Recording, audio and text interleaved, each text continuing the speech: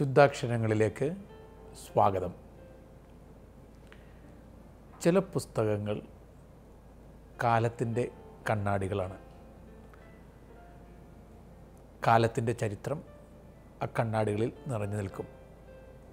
മറ്റ് ചില പുസ്തകങ്ങൾ ആത്മാവിൻ്റെ കണ്ണാടി പോലെ എഴുതിയ ആളുടെ ജീവിതത്തിൻ്റെ ഓരോ അടരുകളിലേക്കും ഇറങ്ങിച്ചെല്ലുന്ന ഏതൊരു കണ്ണാടി, പിന്നീട് വായിക്കുന്നയാൾ അയാളെ തന്നെ കാണുന്ന വിധത്തിൽ ആ കണ്ണാടി മിന്നി തുടങ്ങുന്നു. അഗസ്റ്റിൻ്റെ ആത്മകഥ ഒരു കണ്ണാടിയാണ്. ഡാരിയൂസ് എന്ന അദ്ദേഹത്തിൻ്റെ സുഹൃത്തിനോട് അദ്ദേഹം പറയുന്നുണ്ട്, ഇതാ നിങ്ങൾ എന്നെക്കുറിച്ച് വാചാലമായി ഒരുപാട് പറയുന്നുണ്ട്, പക്ഷേ ഞാൻ എന്തായിരിക്കുന്നുവോ അതാണ് ഞാൻ ഈ പുസ്തകത്തിൽ എഴുതിയിരിക്കുന്നത്. നിങ്ങൾ പറഞ്ഞ അഗസ്റ്റിൻ, അതായത് ഒരുപാട് പ്രകീർത്തിക്കപ്പെടുന്ന അഗസ്റ്റിനല്ല യഥാർത്ഥ അഗസ്റ്റിൻ. തിന്മയിൽ മുങ്ങിത്താണിരുന്ന ഒരാൾ, അയാളുടെ ചിത്രം ഇതിനകത്തുണ്ട്. ആത്മാർത്ഥത നിറഞ്ഞു നിൽക്കുന്ന ഈ പ്രസ്താവം ഈ പുസ്തകത്തിലുടനീളമുണ്ട്. എൻ്റെ കയ്യിലിപ്പോൾ അഗസ്റ്റിൻ്റെ ആത്മകഥ, കൺഫെഷൻസ് എന്ന് ഇംഗ്ലീഷിൽ അറിയപ്പെടുന്ന അതിസുന്ദരമായ പുസ്തകം. അഗസ്റ്റിൻ്റെ ആത്മകഥ സത്യത്തിൽ വിശാലമായ ലോകത്തിലേക്കുള്ള പ്രവേശിക്കലാണ്. ചിന്തയുടെ, തത്വശാസ്ത്രത്തിൻ്റെ, സൗന്ദര്യശാസ്ത്രത്തിൻ്റെ, ആത്മീയതയുടെ, ഇനി വ്യക്തിപരമായ ഏറ്റുപറച്ചിലുകളുടെ, ഓർമ്മകളുടെ, എന്തിൻ്റെയൊക്കെയോ ഒരു മഹാപ്രപഞ്ചം. ഈ പ്രപഞ്ചത്തിലൂടെ നിങ്ങൾ ഇങ്ങനെ നടക്കുകയാണ്. ചില സമയങ്ങളിൽ നിങ്ങളാകെ അസ്വസ്ഥരായിത്തീരും. സ്വസ്ഥമാക്കുന്ന ചിന്തകൾ ഇതിൽ വളരെ കുറവാണ്. നിങ്ങൾ അസ്വസ്ഥരാകും. നിങ്ങളെക്കുറിച്ച് ഓർത്ത് അസ്വസ്ഥത കൂടും. ചില നല്ല പ്രസംഗങ്ങൾ അങ്ങനെയാണല്ലോ, നിങ്ങളെ വല്ലാതെ തൊട്ടു നോവിക്കും. നിങ്ങൾക്ക് അസ്വസ്ഥതയുണ്ടാകും. പിന്നെ കുറച്ചുകൂടി മെച്ചപ്പെടാതെ നിങ്ങളെ ആ അസ്വസ്ഥത വിട്ടുപേക്ഷിക്കുകയില്ല. ഈ പുസ്തകം അതുപോലൊരു പുസ്തകമാണ്. ആത്മകഥയിൽ സെയിൻറ്റ് അഗസ്റ്റിൻ കുമ്പസാരം നടത്തുമ്പോൾ അറിയാതെ നമ്മൾ നമ്മിലേക്ക് നോക്കാൻ നിർബന്ധിതരാക്കപ്പെടുന്നു. അങ്ങനെ ഒരു കുമ്പസാരത്തിൻ്റെ അനുഭവത്തിലൂടെ നമ്മളും കടന്നു പോകേണ്ടി വരും. ഇദ്ദേഹം പറയുന്ന കാര്യങ്ങൾ വളരെ സിമ്പിളായിട്ടാണ് അവതരിപ്പിക്കാൻ ശ്രമിക്കുന്നതെങ്കിലും പ്രൊഫൗണ്ടായിട്ടുള്ള കുറേ തോട്ട്സിലൂടെയാണ് അദ്ദേഹം നമ്മെ കടത്തിക്കൊണ്ടു പോവുക. അതിൻ്റെയൊക്കെ സത്യം എന്താണ്? ദൈവത്തിലാണ് ഒരാളുടെ ആദ്യവും അന്ത്യവും ഒരാൾ കണ്ടെത്തുക. നിത്യസനാതന സത്യമേ നിന്നെ അറിയുവാൻ ഞാൻ ഏറെ വൈകിപ്പോയി നിന്നെ അറിയാൻ, വൈകിപ്പോയി നിന്നിൽ അലിയാൻ, ഇനി ഒട്ടും പാഴാക്കി കളയരുത് എൻ്റെ ജന്മം, നിന്നിലാണ് എനിക്കെല്ലാം. ഇതാണ് ഇദ്ദേഹം പറയുക. അഹങ്കാരം ഞാൻ മാറ്റി നിർത്തിയപ്പോൾ ആന്തരിക പ്രകാശം ഞാൻ അനുഭവിച്ചു. ഭഗവത്ഗീതയിൽ 2 വചനങ്ങളുണ്ട്. ആമുഖത്തിൽ ഈ വചനങ്ങൾ ഇതിൽ എഴുതിയിട്ടുണ്ട്. മയ്യാവേശ്യ മനോയേ മാം നിത്യയുക്ത ഉപാസതേ ശ്രദ്ധയാ പരയോപേതാസ്തേ മേ യുക്തതമാമത. എന്നിൽ മനസ്സ് വെച്ച് ആരാണോ നിത്യം എന്നോട് ചേർന്ന് പരമഭക്തിയോടെ എന്നെ ആരാധിക്കുന്നത് അവരാണ് എൻ്റെ ദൃഷ്ടിയിൽ ശ്രേഷ്ഠന്മാർ. വീണ്ടും, സർവധർമാൻ പരിത്യജ മാമേകം ശരണം വ്രജ അഹം ത്വാ സർവപാപേഭ്യോ മോക്ഷയിഷ്യാമി മാ ശുച.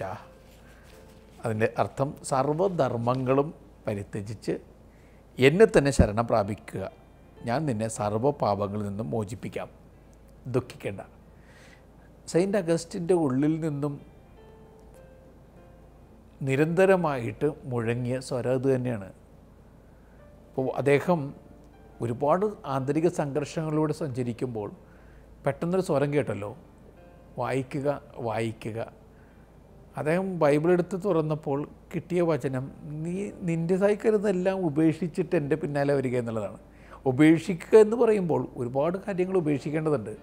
ഇതുവരെ നടന്ന പാപം നിറഞ്ഞ വിഷയാസക്തികളുടെ വഴി, പിന്നെ അഹന്ത, ഞാൻ എന്തൊക്കെയാണെന്നുള്ള ചിന്ത, പിന്നെ അറിവ്, ഇതെല്ലാം ഉപേക്ഷിക്കണം. എന്നിട്ട് എൻ്റെ പിന്നാലെ വരിക എന്നുള്ളതാണ്. അപ്പോൾ ഈ ഒരു യാത്രയുടെ വളരെ രസകരമായ സങ്കീർണതകൾ നിറഞ്ഞ അനുഭവങ്ങളാണ് ഈ പുസ്തകത്തിൽ നിറഞ്ഞു നിൽക്കുന്നത്. മനുഷ്യൻ്റെ വളരെ രസകരമായ കുറേ കാര്യങ്ങളുണ്ട്. ആദ്യത്തെ താളുകൾ ഇദ്ദേഹം പറയുന്നുണ്ട്, ഇദ്ദേഹത്തിൻ്റെ യൗവനകാലത്ത് കൂട്ടുകാരോട് ചേർന്ന് വെറുതെ അന്യൻ്റെ തോട്ടത്തിൽ പ്രവേശിച്ച് പഴങ്ങൾ പറിക്കുകയാണ്. അപ്പം ഇദ്ദേഹം പറയുന്നത് പഴങ്ങൾ പറിക്കുന്നത് കഴിക്കാൻ വേണ്ടിയല്ല, കഴിക്കുക എന്ന വിനോദം അവിടെ ഇല്ല. പിന്നെ എന്തിനാണ്? നിയമം ലംഘിക്കുക എന്നതിൻ്റെ സുഖം അനുഭവിക്കാൻ വേണ്ടി മാത്രം. നിയമം ലംഘിക്കുക എന്നതൊരു സുഖമാണ്. അങ്ങനെ ആ ഒരു സുഖം ഉണ്ടാക്കാൻ വേണ്ടി മാത്രം നിയമം ലംഘിക്കുന്നൊരവസ്ഥ. അപ്പം ഇദ്ദേഹം പറയുന്നത് അതൊരാളുടെ ഏറ്റവും ലോവസ്റ്റായൊരു ഫോമല്ലേ. കാരണം ഒരാളുടെ ദുർബലത കൊണ്ട് പാപം ചെയ്യുന്നതും പാപം ചെയ്യുക എന്നുള്ളത് ഒരാൾ ശീലമാക്കി പകർത്തി പിന്നെ ഒരു രസത്തിന് വേണ്ടി മാത്രം അത് ചെയ്യുക എന്നുള്ളത് രണ്ടും രണ്ടാണ്. അപ്പോൾ ഈ ഒരു അവസ്ഥ മനുഷ്യരെല്ലാവരും കടന്നു പോകുന്ന കടമ്പ് തന്നെയാണ്. ചില നേരങ്ങളിൽ ചീത്തയായിരിക്കാൻ വേണ്ടി മാത്രം നമ്മൾ ചീത്ത വഴിയിലൂടെ നടക്കാറുണ്ട്. അവിടെ കുറ്റബോധത്തിൻ്റെ പ്രശ്നങ്ങളുണ്ടാകുന്നില്ല. ചീത്തയായിരിക്കുന്നത് ഒരു സുഖം പോലെ. പക്ഷേ കുറേ കഴിയുമ്പോഴത്തേക്കും ഈ ചീത്തയായ വഴികളിലൂടെ നടക്കുന്ന ഒരാൾക്ക് പിന്നെ തന്നോട് തന്നെ വെറുപ്പ് തോന്നാം. ആ വെറുപ്പിൽ നിന്നാണ് കൊമ്പസാരം ആരംഭിക്കുന്നത്. ഇദ്ദേഹം പറയുന്നുണ്ട്, ചെറുപ്രായത്തിലെ അദ്ദേഹത്തിൻ്റെ അച്ഛൻ പഠിക്കുക എന്നൊരു ചിന്തയില്ലാതെ മറ്റൊന്നും ഉള്ളിലുണർത്തിയിട്ടില്ല.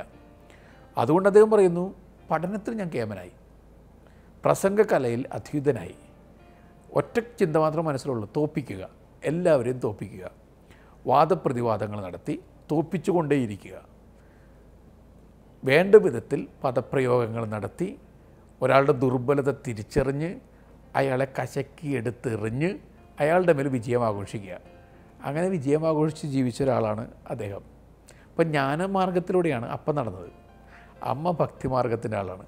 ശരിക്കും പറഞ്ഞാൽ ഒരു മനുഷ്യൻ്റെ രണ്ട് ഭാഗങ്ങൾ പോലെയാണ് അപ്പനും അമ്മയും. ഈ സെയിൻറ്റ് അഗസ്റ്റിൻ്റെ ഫാദറും മദറും. മോനിക്ക അമ്മ ശരിക്കും ഭക്തിമാർഗത്തിൻ്റെ ആൾ. ഇപ്പുറത്ത് മറുപകുതിയിൽ ജ്ഞാനമാർഗം, ബുദ്ധിയുടെ ലോകം മാത്രം. ഹൃദയത്തിൻ്റെ മാർഗവും ബുദ്ധിയുടെ മാർഗവും രണ്ടും തമ്മിലുള്ള ഒരു സംഘർഷം പോലെ. അവസാനം ഇദ്ദേഹം പറയുന്നത് എന്താണ്? ആത്യന്തികമായിട്ട് എന്താണ് വിജയിക്കുക? നിങ്ങളുടെ ജ്ഞാനമാണോ? നിങ്ങളുടെ അറിവാണോ? നിങ്ങളുടെ ബുദ്ധിയുടെ വല്ലാത്ത വികാസമാണോ? അതല്ല വിജയിക്കുന്നത്. അവസാനമായിട്ട് വിജയിക്കുന്നത് നിങ്ങളുടെ ഹൃദയത്തിൻ്റെ ഭാവം തന്നെയാണ്. ഒരു ശിശുവിനെ പോലെ വിശ്വസിച്ചുകൊണ്ട് ദൈവത്തിൻ്റെ കൂടെ ആയിരിക്കുന്നതാണ് സുഖം. ശരിക്കും പറഞ്ഞു കഴിഞ്ഞിട്ടുണ്ടെങ്കിൽ അത് തന്നെയാണ് ഒരാളുടെ ഏറ്റവും വലിയ വളർച്ച എന്ന് പറയുന്നത്. ഇദ്ദേഹം പറയുന്നത് തിന്മ തന്നെ നമ്മെ നന്മയുടെ മൂടുപടം അണിഞ്ഞ് കൂട്ടിക്കൊണ്ടു പോകാറുണ്ട്. ജീവിതത്തിലെ ഏറ്റവും വലിയ ദുരന്തങ്ങളിൽ ഒന്നാണത്.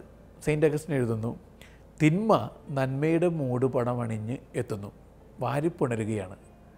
എൻ്റെ ദൈവമേ, നന്മയുടെ മൂടുപടം അണിഞ്ഞെത്തിയ തിന്മയുടെ വഴികളിലൂടെ ഞാൻ നടക്കുന്നു എന്നറിഞ്ഞു കഴിഞ്ഞപ്പോൾ പിന്നെ തിരിച്ചു വരാൻ പറ്റാത്ത വിധത്തിലുള്ള ഏതൊക്കെയോ വലിയ ഒരു ബന്ധനം ഉണ്ടായിരുന്നല്ലോ.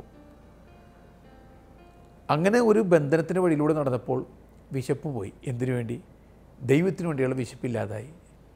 ഇദ്ദേഹം പറയുന്നുണ്ട്, ഏറ്റവും വലിയ വിശപ്പ്, ഏറ്റവും വലിയ ദാഹം ദൈവത്തിന് വേണ്ടിയാണ്. ആ വിശപ്പ് കെട്ടുകഴിഞ്ഞപ്പോൾ പിന്നെ മറ്റ് വിശപ്പുകളായി. അദ്ദേഹം പറയുന്നത് രണ്ട് തരം വിശപ്പുണ്ട്. ഒന്നാമത്തെ വിശപ്പ് ദൈവത്തിന് വേണ്ടി, സ്നേഹത്തിന് വേണ്ടി, കരുണയ്ക്ക്, ഇതിനൊക്കെ വേണ്ടിയുള്ള മനസ്സിൻ്റെ ഉയർന്ന ഭാവത്തിൻ്റെ വിശപ്പ്. മറ്റൊന്ന് ഒരു മനുഷ്യൻ്റെ ലോവർ ഭാവങ്ങളുടെ വിശപ്പ്. ആ വിശപ്പ് താൽക്കാലികമായ ആഹ്ലാദങ്ങൾക്ക് വേണ്ടിയുള്ള വിശപ്പാണ്. ഒരിക്കലും തീരാത്ത ഒടുങ്ങാത്ത വിശപ്പും ഒടുക്കത്തെ ദാഹവും. ഈ രണ്ട് വിശപ്പുകളും തമ്മിലുള്ള കോൺഫ്ലിക്റ്റ് ഉണ്ട്. നമ്മുടെ ജീവിതത്തിലേക്കും വരിക. അപ്പം നിങ്ങളുടെ ശരീരത്തിൻ്റെതായ വിശപ്പുകൾ ഒരിക്കലും കെട്ടടങ്ങുന്നില്ലെങ്കിൽ നിങ്ങൾക്ക് ആരെയും സഹായിക്കാൻ പറ്റില്ല, സ്നേഹിക്കാൻ പറ്റില്ല. സ്നേഹം പോലും വിശപ്പ് മൂലമുള്ളതായി മാറും. ഉദാഹരണം പറയാം, ഇപ്പോൾ ഭാര്യയോടുള്ളത് സ്നേഹമാണെന്ന് നമ്മൾ പറയുന്നു. പക്ഷെ പലപ്പോഴും അത് സ്നേഹത്തേക്കാൾ കൂടുതലായിട്ട് വിശപ്പാണ്. എന്തുകൊണ്ടാണ് ഞാനങ്ങനെ പറയുന്നു? വിശപ്പാണ് ഉള്ളിൽ നിറഞ്ഞു നിൽക്കുന്നത് എന്നതുകൊണ്ടല്ലേ ഇത്ര നാൾ ഭയങ്കര വിശിഷ്ട ഭോജ്യം പോലെ നിങ്ങൾ കണ്ടിരുന്ന ഭാര്യയോട് നിങ്ങൾക്ക് മടുപ്പുണ്ടാകുന്നത്? ഇനി ഭാര്യയെ വിശപ്പോടുകൂടി സമീപിക്കുന്നത് കൊണ്ടല്ലേ വല്ലാത്ത അസൂയയും കാലുഷ്യമൊക്കെ മനസ്സിലുണ്ടാകുന്നത്? അപ്പോൾ ചിലപ്പോൾ ജീവിത പങ്കാളികളോടുള്ള ഇടപെടലുകളിൽ പോലും കടുത്ത വിശപ്പാണ് നിറഞ്ഞു നിൽക്കുക. സെയിൻറ്റ് അഗസ്റ്റിൻ പറയുന്നത് ഈ വിശപ്പ് ശരീരത്തിൽ തുടങ്ങി ശരീരത്തിൽ അവസാനിക്കുന്നതാണ്. സ്നേഹം പോലും ശരീരത്തിൻ്റെ സൗന്ദര്യത്തെ ആസ്പദമാക്കിയുള്ളതാണ്. ഇപ്പം നമ്മളുടെ കുമാരനാശൻ എഴുതിയ ധ്രുവമിഹ മാംസനിബദ്ധമല്ല രാഗം, അതായത് യഥാർത്ഥ പ്രണയം മാംസനിബദ്ധമൊന്നുമല്ല. പക്ഷേ നമ്മൾ പ്രണയമെന്ന് വിളിച്ച് ആഘോഷിക്കുന്ന ഒട്ടുമിക്ക കാര്യങ്ങളും മാംസനിബദ്ധം തന്നെയാണ്. അപ്പോൾ അത് ശരീരത്തിൻ്റെ വിശപ്പ് മാത്രമാണ്, ഒടുങ്ങാത്ത വിശപ്പ്. ബുദ്ധമതക്കാരുടെ ഇടയിലുള്ള കവിതയുണ്ട്, കാലുകൾക്കിടയിലെ വിശപ്പ് മാറാതെ എങ്ങനെ ബുദ്ധൻ്റെ പാട്ട് കേൾക്കും. അതായത് ശരീരത്തിൻ്റെ ഒടുങ്ങാത്ത വിശപ്പ് മാറ്റാതെ ഒരാൾക്ക് ഹയറായിട്ടുള്ള ഒരു ജീവിതത്തിൽ നിന്നുണ്ടാകുന്ന പാട്ട് കേൾക്കാൻ പറ്റില്ല. ഇദ്ദേഹം അത് തന്നെ പറയുന്നത്, എനിക്ക് ദൈവത്തിനു വേണ്ടിയുള്ള വിശപ്പ് കെട്ടുപോയി, അപ്പോൾ പിന്നെ ശരീരത്തിന് മാത്രം വിശപ്പായി. ഈ വിശപ്പ് തീരില്ല, ഒരാളെ കൊണ്ടൊന്നും അടങ്ങാവുന്ന വിശപ്പല്ലത്. പിന്നെ പല ആളുകൾ വേണ്ടി വരും, ഒരുപാട് കാര്യങ്ങൾ വേണ്ടി വരും, ഒന്നിന് പുറകെ മറ്റൊന്നായിട്ട് മുന്നോട്ട് പോകുന്നു. ഇതേ പറയുന്ന സ്നേഹബന്ധങ്ങൾ ഉണ്ടാക്കിയിട്ടുണ്ട് ഞാൻ. പല സ്ത്രീകളായിട്ട് സ്നേഹബന്ധം ഉണ്ടാക്കുമ്പോൾ ഈ സ്നേഹബന്ധത്തിൽ കാമാസക്തിയുടെ വിഷം കൂട്ടിച്ചേർക്കും ഞാൻ. അത് കുടിച്ചു കഴിയുമ്പോഴത്തേക്കും രണ്ടുപേരും മരണകരമായ അവസ്ഥയിലായി മാറുന്നു. വൈരൂപ്യം മാത്രം അവശേഷിക്കുന്ന അവസ്ഥ വരുന്നു. പക്ഷേ ഇങ്ങനെയുള്ള അവസ്ഥകളിലും എൻ്റെ ഉള്ളിൽ ദൈവമേ നിന്നെക്കുറിച്ചുള്ള ആഗ്രഹം എവിടെയോ ഉണ്ടായിരുന്നെന്നാണ് സെയിൻറ്റ് അഗസ്റ്റിൻ പറയുക. ഇത് നല്ലൊരു സുഹൃത്തുണ്ടായിരുന്നു സെയിൻറ്റ് അഗസ്റ്റിന്. വളരെയധികം ഇദ്ദേഹം ഇഷ്ടപ്പെട്ടിരുന്നു ആ സുഹൃത്തിനെ. വളരെയധികം ഇഷ്ടപ്പെടുമ്പോഴും അതിലുണ്ട് വല്ലാത്തൊരു പൊസസീവ്നെസ്, ഒരു അറ്റാച്ച്മെൻറ്റ്. ഈ സുഹൃത്ത് മരണവക്രത്തിലായി. ആ സമയം അദ്ദേഹം മാമോദിസ സ്വീകരിക്കുന്നു. പിന്നെ മാമോദിസ സ്വീകരിച്ചതിൻ്റെ പേരിൽ ഇദ്ദേഹം രോഗാവസ്ഥയിൽ നിന്ന് അല്പം മാറി നിന്നപ്പോൾ സെയിൻറ്റ് അഗസ്റ്റിൻ അദ്ദേഹത്തെ കളിയാക്കുന്നുണ്ട്. കളിയാക്കുന്ന നേരെ ഈ സുഹൃത്ത് സ്വരം ഉയർത്തി അലറിക്കൊണ്ട് പറഞ്ഞു, അങ്ങനെ കളിയാക്കാൻ താങ്കൾക്ക് അവകാശമില്ല. ശരിക്കും സെയിൻറ്റ് അഗസ്റ്റിൻ പ്രതീക്ഷിക്കാത്തൊരു റെസ്പോൺസായിരുന്നു അത്. ഇങ്ങനെ ഇയാൾ ദേഷ്യപ്പെടുമെന്ന് കരുതിയില്ല. അപ്പോൾ ഇയാളുടെ ഈ ദേഷ്യത്തിന് വാദിച്ച് തോൽപ്പിക്കുക എന്നുള്ളതാണല്ലോ സെയിൻറ്റ് അഗസ്റ്റിൻ്റെ രീതി. ഇയാളുടെ ദേഷ്യത്തിന് ഉത്തരം പിന്നെ കൊടുക്കാം എന്നൊക്കെ കരുതി കാത്തിരിക്കുമ്പോൾ ഈ സുഹൃത്ത് മരണത്തിൻ്റെ വഴിയിലൂടെ കടന്നു പോവുകയും ചെയ്തു. അത് ഇയാളുടെ ജീവിതത്തിൽ വലിയ ദുഃഖമായിട്ട് മാറി. പിന്നീട് സെയിൻറ്റ് അഗസ്റ്റിൻ പിന്നീട് പറയുന്നുണ്ട്, എൻ്റെ സ്നേഹങ്ങളും മുഴുവൻ എന്നോട് ചേർന്ന് നിൽക്കുന്ന സ്നേഹം മാത്രമാണ്. നിന്നിലൂടെ ഞാൻ മറ്റുള്ളവരെ സ്നേഹിക്കാൻ പഠിച്ചു കഴിഞ്ഞപ്പോൾ എല്ലാം വിട്ടുകൊടുക്കാൻ ഞാൻ പഠിക്കുന്നു, കടന്നു പോകുന്നതിനെ അനുവദിക്കാൻ ഞാൻ പഠിക്കുന്നു. അങ്ങനെ എൻ്റെ സ്നേഹം യഥാർത്ഥത്തിൽ നിന്നിൽ മുദ്രിതമാക്കപ്പെടുമ്പോൾ സ്നേഹമായിട്ട് ആദ്യമായി മാറുന്നു. ഇതാണ് സെയിൻറ്റ് അഗസ്റ്റിൻ്റെ കണ്ടെത്തൽ. കാമുകിയുമായിട്ടുള്ള ബന്ധത്തിൽ പോലും ഹൃദയം പോലെയാണ്, ഞങ്ങളൊരു ഒറ്റ ഹൃദയമായിരുന്നു എന്ന് പറയുമ്പോഴും അദ്ദേഹം പറയുന്നു, അവളെ നിഷ്കരണം തള്ളിക്കളയാൻ യാതൊരു ബുദ്ധിമുട്ടില്ലാത്ത അവസ്ഥ ഉണ്ടായിരുന്നു.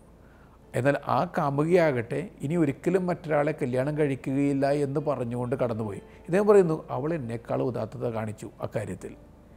ജീവിതകാലം മുഴുവൻ ഇനി കല്യാണം കഴിക്കുകയില്ല എന്ന് പറഞ്ഞു പോയ ആ വ്യക്തിയുടെ ഉദാത്തത പോലും എനിക്കുണ്ടായിരുന്നില്ല. ദൈവമേ പൊറുക്കുക, സെയിൻറ്റ് അഗസ്റ്റിൻ വീണ്ടും പറയുന്നു. ഇദ്ദേഹം ഇങ്ങനെ മുന്നോട്ട് പോകുന്നതിനിടയിൽ അമ്മയെ പരിചയപ്പെടുത്തുന്നുണ്ട്. അമ്മയുടെ കണ്ണീരിൻ്റെ ഫലമാണ് ഇന്നത്തെ ഞാനെന്ന് അദ്ദേഹം പറയുന്നു. കണ്ണീരണിഞ്ഞ് അമ്മ പ്രാർത്ഥിച്ചു. കണ്ണീരിൽ സ്നാനം ഏറ്റെടുത്ത പുതിയ വ്യക്തിയായിട്ട് സെയിൻറ്റ് അഗസ്റ്റിൻ മാറുന്നു. അമ്മയിൽ നിന്നാണ് അദ്ദേഹം ഏറ്റവും കൂടുതൽ പാഠങ്ങൾ പഠിച്ചിട്ടുള്ളത്. അമ്മയുടെ അന്ത്യനാളുകളിൽ പോലും അമ്മയിൽ വന്ന വലിയ രൂപാന്തരീകരണം മകൻ ശ്രദ്ധിച്ചിട്ടുണ്ട്. ആദ്യം പറയുമായിരുന്നു, മരിച്ചുപോയ ഭർത്താവിനോടൊപ്പം ഒരേ കല്ലറയിൽ കിടക്കണം, അതൊരാഗ്രഹമായിരുന്നു. പക്ഷെ പിന്നീട് മരണം അടുത്തു കഴിഞ്ഞപ്പോൾ അമ്മ പറയുന്നു, എവിടെ കിടന്നാലും എന്ത്, ദൈവത്തോടൊപ്പം ആയിരിക്കും എന്നുള്ളതാണ് പ്രധാനപ്പെട്ട കാര്യം. ശരീരം എവിടെ കിടക്കുന്നു എന്നുള്ളത് പ്രധാനപ്പെട്ട കാര്യമേ അല്ല, മറിച്ച് ആത്മാവ് എവിടെ എത്തിച്ചേരുന്നു. ഇതൊരു വലിയൊരു ചിന്തയാണത്. ആ ഒരു ചിന്തയിലേക്ക് അമ്മ ഉയർന്നിരുന്നു. ആ ഉയർച്ചയുടെ തലങ്ങളിലേക്കാണ് സെയിൻറ്റ് അഗസ്റ്റിനും പതുക്കെ പതുക്കെ എത്തിച്ചേരുക. അതുകൊണ്ട് തന്നെ അമ്മ പറഞ്ഞ ഹയർ ലെവലിലേക്ക് നീങ്ങുവാനുള്ള ശ്രമമാണ് പിന്നീട് ജീവിതത്തിൽ അദ്ദേഹം നടത്തുക. മാനസാന്തരത്തിലൂടെ ദൈവത്തെ തിരിച്ചറിഞ്ഞു കഴിഞ്ഞപ്പോൾ ഇദ്ദേഹം പറയുന്ന ഒരു കാര്യമുണ്ട്, ദൈവമേ ഞാൻ ഇനി സ്നേഹിക്കുന്നത് നിനക്ക് വേണ്ടി ആകട്ടെ. ഏത് സൗന്ദര്യത്തിനും അപ്പുറത്ത് നിൽക്കുന്ന നീ എന്ന സൗന്ദര്യത്തെ കണ്ടതിന് ശേഷം ആ കണ്ണിലൂടെ മാത്രം ഞാൻ സൗന്ദര്യത്തെ കാണട്ടെ. നിനക്ക് വേണ്ടി മാത്രം ഞാൻ സേവനം ചെയ്യട്ടെ. നിനക്ക് വേണ്ടി മാത്രം ഞാൻ നടക്കട്ടെ. ഞാൻ കാണുന്ന കണ്ണ് നീയാകട്ടെ. ഞാൻ കാണുന്ന കാഴ്ച നീയാവട്ടെ. എല്ലാം നീയായി മാറട്ടെ.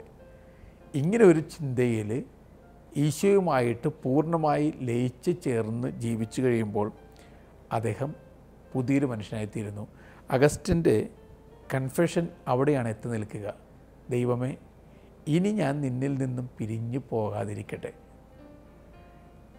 ഈ പുസ്തകം ഞാൻ പറഞ്ഞല്ലോ, സങ്കീർണമായ ചിന്തകളിലൂടെ നമ്മെ നടത്തിക്കൊണ്ടു പോകുന്ന ഈ പുസ്തകം ധ്യാനപൂർവമാണ് വായിക്കേണ്ടത്.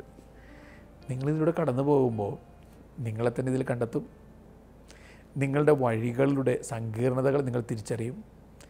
എന്നിട്ട് അവസാനം സെയിൻറ്റ് അഗസ്റ്റിനെ പോലെ പറയും, ഒരു കുഞ്ഞിനെ പോലെ, ദൈവമേ, നിന്നെ അറിയാൻ ഞാൻ വൈകിപ്പോകുന്നുണ്ട്. നിന്നെ നേടുക എന്നുള്ളത് മാത്രമാണ് യഥാർത്ഥ നിധി. നീ മാത്രമാണ് യഥാർത്ഥ ആനന്ദം. അങ്ങനെ ഒരു തിരിച്ചറിവിലേക്ക് വരാൻ എനിക്ക് സാധിക്കട്ടെ, നിങ്ങൾക്ക് സാധിക്കട്ടെ, നമുക്ക് സാധിക്കട്ടെ എന്ന് പരസ്പരം ആശംസകൾ നേരാം. പ്രിയപ്പെട്ട സുഹൃത്തുക്കളെ, വീണ്ടും നല്ല ശുഭകരമായ യാത്ര നേരുന്നു.